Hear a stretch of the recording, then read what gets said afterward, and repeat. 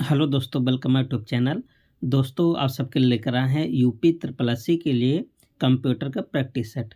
दोस्तों, इसमें कुल 20 क्वेश्चन शामिल हैं और सब अच्छे लेवल के क्वेश्चन हैं, जिस हिसाब से आयोग बार बार क्वेश्चन पूछता है। तो सबसे पहले आप सब वीडियो को लाइक कर दीजिए और चैनल को सब्सक्राइब। ठीक है, तो चलते हैं। पहला क्वेश्चन क्या है, देखिए। कह रहा कि किसी कंप्यूटर सिस्टम में यदि सेकेंडरी मेमोरी की कैपेसिटी बहुत अधिक हो लेकिन प्राइमरी मेमोरी सीमित हो तो ऑपरेटिंग सिस्टम किस तकनीकी के माध्यम से यह सुनिश्चित करता है कि बड़े प्रोग्राम भी बिना एरर के एग्जीक्यूट हो सके। ये मोस्ट इम्पॉर्टेंट है। जब आप सब मेमोरी मैनेजमेंट में पढ़े होंगे, देखिए, मान लेते हैं आपका जो रैम है वो 2 GB का है, ठीक है, और लेकिन आपका एक्सटर्नल मेमोरी बहुत ज़्यादा है और कोई बड़ा प्रोग्राम, एक मिनट, ठीक है। जैसे हम क्या कर रहे थे, कोई आप सबका 2 GB का रैम है और लेकिन एक्सटर्नल मेमोरी बहुत बड़ा है, मान लेते 8 GB, और कोई बड़ा प्रोग्राम आप सबको रन कराना है तो कैसे होगा। तो आप सबका तो रैम तो बहुत कम पड़ जाएगा। तो रैम क्या करेगा, ये जो बड़ा मेमोरी है एक्सटर्नल मेमोरी, इसे कुछ हिस्सा ले लेगा। इसी को बोलते वर्चुअल मेमोरी। जो मेमोरी एक दूसरे को मैनेजमेंट हो रहा है, इसी को पेजिंग भी बोलते हैं, ठीक है। तो इसका आंसर क्या बन जाएगा, सी बन जाएगा, पेजिंग। आप सबका आंसर सही होगा, सी अब, ठीक है। देखिए, वर्चुअल मेमोरी सेकेंडरी स्टोरेज का उपयोग करके प्राइमरी मेमोरी की कमी को पूरा करती है। इंपॉर्टेंट लाइन है, याद कर लीजिए। पेजिंग के माध्यम से प्रोग्राम को छोटे छोटे छोटे छोटे भाग रैम में लोड होते हैं, जिससे बड़े प्रोग्राम भी एग्जीक्यूट हो पाते हैं, ठीक है। पेजिंग याद कर लीजिए, पेजिंग एजिंग ऐसे क्वेश्चन पूछा गया है। अगला क्वेश्चन देखिए। कह रहा कि पेजिंग आधारित मेमोरी मैनेजमेंट में यदि सीपीयू कोई वर्चुअल एड्रेस जनरेट करता है और उसे वास्तविक फिजिकल एड्रेस में बदलने की पूरी प्रक्रिया किस हार्डवेयर सॉफ्टवेयर कंबाइनेशन द्वारा होती है। थोड़ा क्वेश्चन बड़ा है, बट इसका आंसर आप सब क्या लगा रहे हैं, किसके माध्यम से होता है। हार्डवेयर सॉफ्टवेयर कंबाइनेशन के द्वारा होती है, तो आप बताएंगे एमएमयू। एमएमयू का मतलब मेमोरी मैनेजमेंट यूनिट, और पेज टेबल के द्वारा प्रोसेस होता है। तो यहाँ भी आप सब कौन सा आंसर लगाएंगे, सी ऑप्शन लगाएंगे, ठीक है। देखिए, एमएमयू वर्चुअल एड्रेस को पेज नंबर और ऑफसेट में तोड़ता है और पेज टेबल की मदद से फिजिकल फ्रेम एड्रेस बनाता है, ठीक है। अगला क्वेश्चन क्या है, क्वेश्चन नंबर 3। देखिए, कह रहा कि प्रियॉरिटी शेड्यूलिंग में यदि एजिंग एल्गोरिदम लागू न किया जाए तो लंबे समय तक क्या गंभीर समस्या उत्पन्न हो सकती है, जो सिस्टम की फेयरनेस को प्रभावित करती है। मोस्ट इम्पॉर्टेंट है। अगर प्रियॉरिटी शेड्यूलिंग में एजिंग एल्गोरिदम लागू न किए, पेजिंग एजिंग के बारे में आप सबको बताए थे ना, तो कौन सी समस्या उत्पन्न हो जाएगी, स्टारवेशन। अभी शायद कल या परसों वाले सेशन में आप सबको बताए थे स्टारवेशन। इसका भी आंसर क्या आप सब बनाएंगे, सी ऑप्शन, ठीक है। देखिए, करा कि हाई पीरियडिक प्रोसेस बार बार सीपीयू ले लेते हैं और लो पीरियडिक प्रोसेस अनिश्चित समय तक वेट करते हैं, इसे स्टारवेशन कहते हैं, ठीक है। स्टारवेशन, ये जो कोड है स्टारवेशन, याद कर लीजिए। अगला क्वेश्चन, क्वेश्चन नंबर 4। कह रहा कि एमएस एक्सेल में control plus shift plus plus, ये शॉर्टकट की इम्पोर्टेंट है। शॉर्टकट का प्रयोग करते समय सिस्टम वास्तव में किस लॉजिकल ऑपरेशन को परफॉर्म करता है। Control plus shift plus plus से क्या होता है, तो आप जानते हैं कि सेलेक्ट एरिया के अनुसार रो या कॉलम इंसर्ट करता है। तो यहाँ भी आप सबका आंसर क्या बन जाएगा, सी बन जाएगा, ठीक है। तो ये शॉर्टकट की पूछा जाता है। देखिए, एक्सेल सिलेक्शन के आधार पर तय करता है कि रो इंसर्ट होगी या कॉलम, जिससे एडिटिंग अधिक कॉन्टेक्ट सेंसिटिव हो जाती है। अच्छा, एक आप सब, चलिए अभी आगे बताते हैं ईमेल वाले पार्ट में, ठीक है। अगला क्वेश्चन है, एक्सेल से लिया गया है।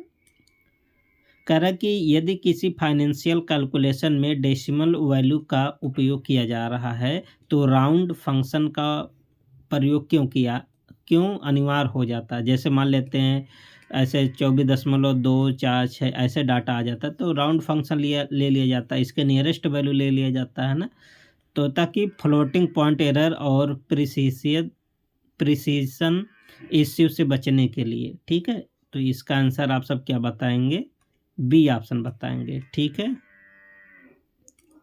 देखिए फाइनेंशियल कैलकुलेशन में डेसिमल एक्यूरेसी बहुत महत्वपूर्ण होती है। राउंड फंक्शन अनावश्यक फ्लोटिंग एरर्स को समाप्त करता है।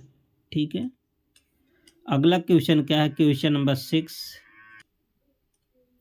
अगला क्वेश्चन देखिए, कह रहा है कि टैक्स कैलकुलेशन जैसे मामले में एक्सेल का राउंड अप, एक होता राउंड, एक होता राउंड अप, एक होता राउंड डाउन। ठीक है, तो फंक्शन अधिक उपयुक्त क्यों माना जाता है। देखिए अप तो ऊपर वाला वैल्यू लेगा, अगर डाउन होता तो नीचे वाला वैल्यू लेता है। ठीक है, क्योंकि ये वैल्यू को हमेशा ऊपर की ओर राउंड करता है। राउंड अप ऊपर की ओर, राउंड डाउन क्या कहता है, नीचे की वैल्यू लेता है। ठीक है, तो यहाँ भी सी ऑप्शन। देखिए टैक्स या चार्जेस में कम वैल्यू लेने की अनुमति नहीं होती है, इसलिए राउंड अप का प्रयोग किया जाता है। ठीक है, ये सब एक्सेल में आप सब पढ़े होंगे अच्छे तरीके से। ठीक है, कैलकुलेशन और सवाल भी लगाए होंगे इसके बेस पर। देखिए एक लिखा राउंड डाउन, अभी आप सब ऊपर बताए थे ना, डाउन आ गया। फंक्शन का प्रयोग डिस्काउंट कैलकुलेशन में क्यों अधिक किया जाता है, तो डाउन वाला तो नीचे वाला वैल्यू लेगा, कम वाला वैल्यू लेगा। ठीक है, वैल्यू को कभी ना बढ़ाने के लिए, फार्मूला एरर हटाने के लिए, तो इसका वैल्यू क्या हो जाएगा, वैल्यू को कभी ना बढ़ाने के लिए। ठीक है, तो बी आपका ऑप्शन सही होगा। देखिए डिस्काउंट में वैल्यू ऊपर राउंड करने से कंपनी को नुकसान हो सकता है, इसलिए हमेशा नीचे मतलब राउंड किया जाता है। ठीक है, क्वेश्चन नंबर 8 कह रहा कि ईमेल में सीसी का प्रयोग करने का उद्देश्य क्या होता है यदि रेसिपिएंट को एक्शन लेने की आवश्यकता न हो। अच्छा, एक होता है सीसी मतलब कार्बन कॉपी। अच्छा, कार्बन कॉपी का शॉर्टकट की क्या है, तो control plus shift plus C. ठीक है, control plus shift plus C दबाएंगे क्या बनेगा, कार्बन कॉपी। और ब्लाइंड कार्बन कॉपी के लिए control plus shift plus B, ये शॉर्टकट की याद कर लीजिए। ठीक है, control plus shift plus C से carbon copy, control plus shift plus B से ब्लाइंड कार्बन कॉपी होता है। तो आपको बताते हैं सीसी के माध्यम से अगर आप किसी की ईमेल करते हैं तो सबके पास जानकारी पहुंच जाती है, तो सूचना की जानकारी देने के लिए। ठीक है, लेकिन अगर आप बीसीसी के माध्यम से ईमेल करते हैं तो इसमें गोपनीय बनाए रखता है। एक क्वेश्चन सबका सही होना चाहिए। ठीक है, इस टाइप का। देखिए सीसी में रखे गए रेसिपिएंट केवल इन्फॉर्मेशन के लिए, उनसे रिस्पांस अपेक्षित नहीं होता है। अगला क्वेश्चन क्या है, क्वेश्चन नंबर 9 देखिए बीसीसी कार्य, बीसीसी का प्रयोग प्रोफेशनल कम्युनिकेशन में क्यों अधिक महत्वपूर्ण माना जाता है, क्योंकि इसमें छिपा रहता है गोपनीय जानकारी। ठीक है, कि प्राइवेसी को बनाए रखने के लिए किया जाता है। आगे क्या है देखिए, बीसीसी मतलब ब्लाइंड कार्बन कॉपी में ईमेल एड्रेस अन्य रेसिपिएंट को दिखाई नहीं देता, जिससे प्राइवेसी बनी रहती है। ठीक है, और इसका शॉर्टकट की क्या है आप सबको भी बताए हैं, control plus shift plus B. कह रहा है कि जीमेल हो या आउटलुक में कंट्रोल प्लस इंटर शॉर्टकट की किस कार्य के लिए किया जाता है, तो इस कंट्रोल प्लस इंटर जब आप की दबाते हैं ना तो ईमेल सेंड हो जाता है। तो यहाँ इसका आंसर क्या बन जाएगा, सी। इम्पॉर्टेंट शॉर्टकट की है, सब आप सबको याद होना चाहिए। ठीक है, और बहुत लोग को याद भी होगा। देखिए कंट्रोल प्लस इंटर तुरंत ईमेल सेंड करता है, जिससे कम्युनिकेशन तेजी हो जाता है।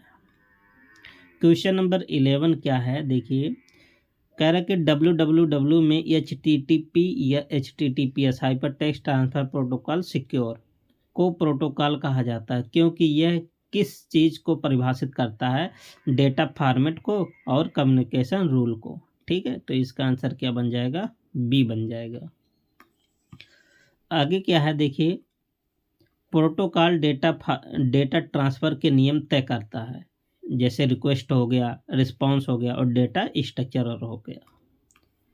क्वेश्चन नंबर 12 क्या है दोस्तों, क्वेश्चन नंबर 12 सॉल्व करने से पहले आप सबको बता दें, यदि आप लेखपाल हों ठीक है। और जूनियर असिस्टेंट, एजीटी, कोई भी पेपर हो, अगर यूपी SSSC के थ्रू आ रहा है जिसमें यूपीजी के कंप्यूटर पूछा जा रहा है, तो आप सबके लिए बेस्ट नोट्स है, एकदम हाई नोट्स है, फुल डिटेल में है कंप्यूटर और यूपीजी के का लगभग 300 से ज़्यादा पेज का नोट्स है। अब सब 300 नहीं 350 पेज का दोनों लगभग ज़्यादा ही नोट्स होगा। तो आप सब समझ सकते हैं कितने डिटेल्स में है। ठीक है, इस टाइप का ये सब जो टाइप है क्वेश्चन आप बहुत आराम से सॉल्व कर सकते हैं, सब क्वेश्चन वहीं से बनाया जाता है। ठीक है, तो इसके लिए आप क्या करेंगे, डिस्क्रिप्शन बॉक्स में जाएंगे, वहाँ कॉन्टैक्ट नंबर होगा, वहाँ से संपर्क कर सकते हैं। ठीक है, और बाकी जितने भी स्टूडेंट नोट्स लिए आप सब बार बार इसी को रिवाइज कीजिए। देखिए question number 12, signature base antivirus की तुलना में ह्यूरिस्टिक बेस एंटीवायरस को अधिक एडवांस क्यों माना जाता है। मतलब सिग्नेचर बेस एंटीवायरस की तुलना में ह्यूरिस्टिक बेस एंटीवायरस को अधिक एडवांस क्यों माना जाता है। क्यों माना जाता है, क्योंकि यह नॉन वायरस को बिहेवियर से पहचान सकता है, अननोन वायरस को उसके बिहेवियर से पहचान लेता है, मतलब एडवांस है ही। ठीक है, तो यहाँ इसका आंसर क्या बन जाएगा, सी बन जाएगा। तो ऐसे भी क्वेश्चन आप सबसे पूछे जाते हैं लॉजिकल। देखिए ह्यूरिस्टिक एंटीवायरस प्रोग्राम के बिहेवियर का विश्लेषण कर नए वायरस को भी पहचान सकता है। ठीक है,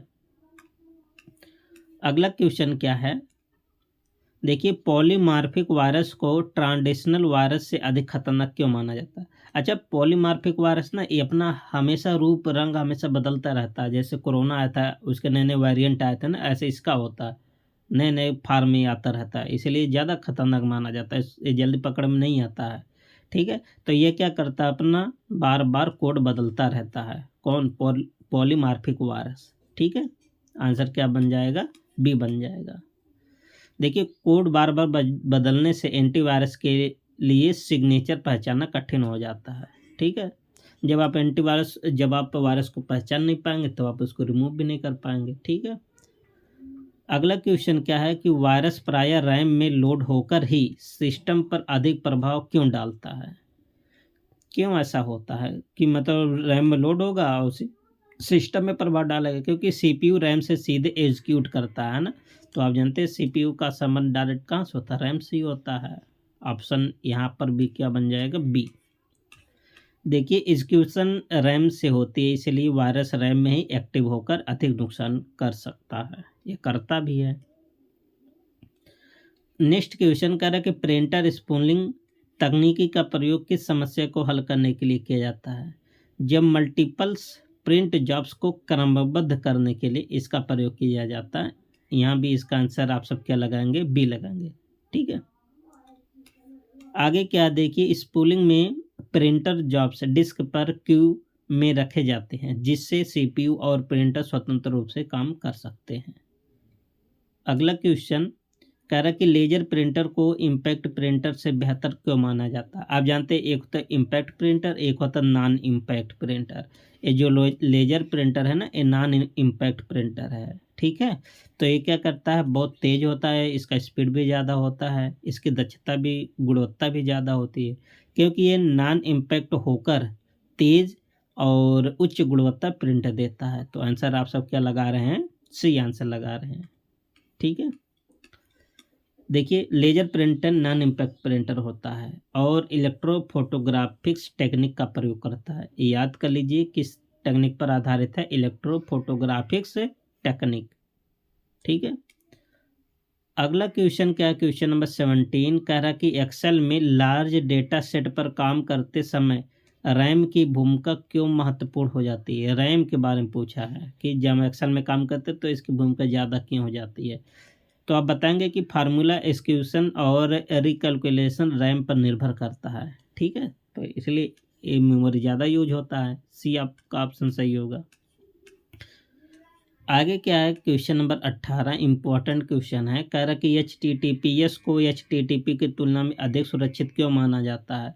अच्छा, कल वाले सेशन में इसका पोर्ट नंबर 80 बताए थे, इसका पोर्ट नंबर 443 बताए थे। ठीक है, तो ये सिक्योर होता है, इसीलिए ज़्यादा सुरक्षित माना जाता है, क्योंकि ये SSL और TLS इनक्रिप्शन का प्रयोग करता है। ठीक है, मोस्ट इम्पॉर्टेंट है, तो ऑप्शन क्या बन जाएगा, सी बन जाएगा। ठीक है। देखिए HTTPS डेटा को इनक्रिप्ट करता है जिससे man in the middle attack को रोका जा सकता है। आगे क्या है, रियल टाइम प्रोटेक्शन एंटीवायरस को ऑपरेटिंग सिस्टम के साथ गहराई से इंटीग्रेट क्यों होना पड़ता है, क्योंकि वायरस को एग्जीक्यूट होने से पहले डिटेक्ट करने के लिए, ठीक है, ताकि उसको जल्दी से खोजा जा सके और उसको रिमूव कर सकें। ऑप्शन क्या बन जाएगा, बी बन जाएगा। देखिए real time protection file access के समय ही वायरस को रोक देता है। और आज का लास्ट क्वेश्चन है, क्वेश्चन नंबर 20। कह रहे कि मेमोरी मैनेजमेंट जैसे पेजिंग प्लस एजिंग, ये दोनों कीवर्ड आप सबको याद होना चाहिए। Excel processing, email communication, WWW protocol और एंटीवायरस, इन सभी का सही संचयन किस एक कोर कंपोनेंट पर निर्भर करता है। तो किस पर निर्भर करता है, तो आप बताएंगे ऑपरेटिंग सिस्टम, ठीक है। देखिए ऑपरेटिंग सिस्टम सभी रिसोर्सेज को मैनेज करता है और एप्लीकेशन, सिक्योरिटी तथा नेटवर्किंग को आपस में जोड़ता है। दोस्तों ये छोटा सा सेशन आप सबको कैसा लगा, आप सब अपनी राय को कमेंट बॉक्स में ज़रूर बताएं, ठीक है। और वीडियो को अपने दोस्तों के साथ शेयर जरूर करें। मिलते हैं नेक्स्ट प्रैक्टिस सेट में, तब तक के लिए best of luck, thank you and take care.